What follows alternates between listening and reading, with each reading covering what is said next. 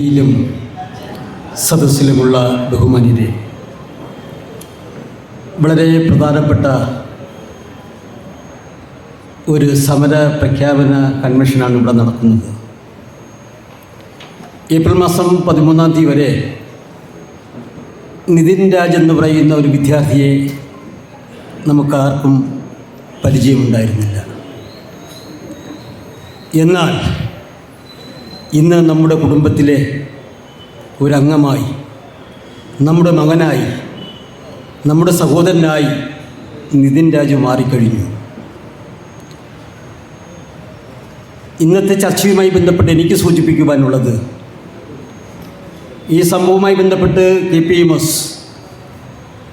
13-ാം തീയതി തന്നെ സെക്രട്ടേറിയറ്റിലേക്കൊരു മാർച്ച് നടത്തുകയും കഴിഞ്ഞ 18-ാം തീയതി നിതിൻ രാജ് ആത്മഹത്യ ചെയ്ത കണ്ണൂർ അഞ്ചരക്കണ്ടി ദന്തൽ കോളേജിലേക്കൊരു മാർച്ച് സംഘടിപ്പിക്കുകയും ചെയ്തു.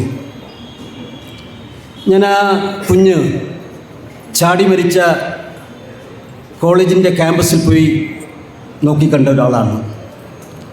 ഒരിക്കലും പോലീസ് അഭിപ്രായം പറയുന്നത് പോലെ അതൊരു ആത്മഹത്യയല്ല. തികച്ചും സത്യസന്ധമായ ഒരു അന്വേഷണം നടക്കുകയാണെങ്കിൽ അതൊരു കൊലപാതകത്തിലേക്ക് എത്തിച്ചേരും. ഇതിൻ്റെ പിന്നിൽ നിരവധിയായിട്ടുള്ള ആളുകളുണ്ട്. നിറത്തിൻ്റെ പേരിലും ജാതിയുടെ പേരിലും പട്ടിക വിഭാഗ കുഞ്ഞുങ്ങളെ കൊലയ്ക്ക് കൊടുക്കുന്ന ഇത്തരം സ്ഥാപനങ്ങൾ ഇനി കേരളത്തിൽ വെച്ചു പൊറിപ്പിക്കുവാൻ പാടില്ല. അതിന് ഒരു വിരാമമിടുവാനുള്ള വലിയൊരു സമരമായി വരുന്ന 28-ാം തീയതി നടക്കുന്ന ഹർത്താലിനെ മാറ്റണം. ഹർത്താലിന് ആവശ്യമായ മുന്നൊരുക്കങ്ങൾ നാം നടത്തേണ്ടതായിട്ടുണ്ട്. ഒരു ഹർത്താൽ പ്രഖ്യാപിച്ചാൽ അത് വിജയിപ്പിച്ചെടുക്കുവാൻ കഴിയില്ല. പൊതുനിരത്തിൽ നമ്മൾ ഇറങ്ങേണ്ടതായിട്ടുണ്ട്.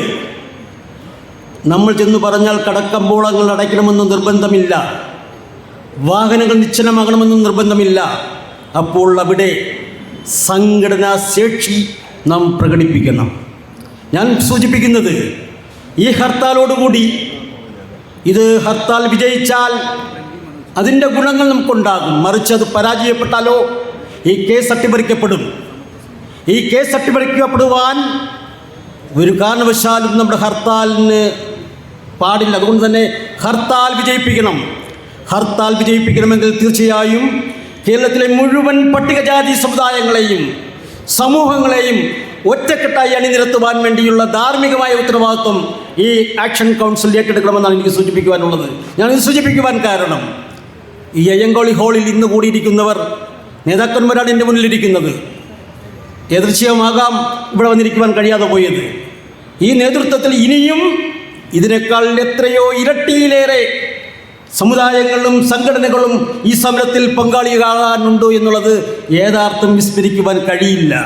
അതുകൊണ്ട് തന്നെ കേരളത്തിൻ്റെ ഗ്രാമാന്തരങ്ങളിൽ നിശ്ചലമാക്കുവാൻ തരത്തിലുള്ള ഒരു സമരമാക്കി മാറ്റണമെങ്കിൽ ഇതിനെ അതിൻ്റേതായിട്ടുള്ള അടിത്തറ വിപുലീകരിക്കുവാൻ ഈ സംഘാടക സമിതിക്ക് കഴിയണം.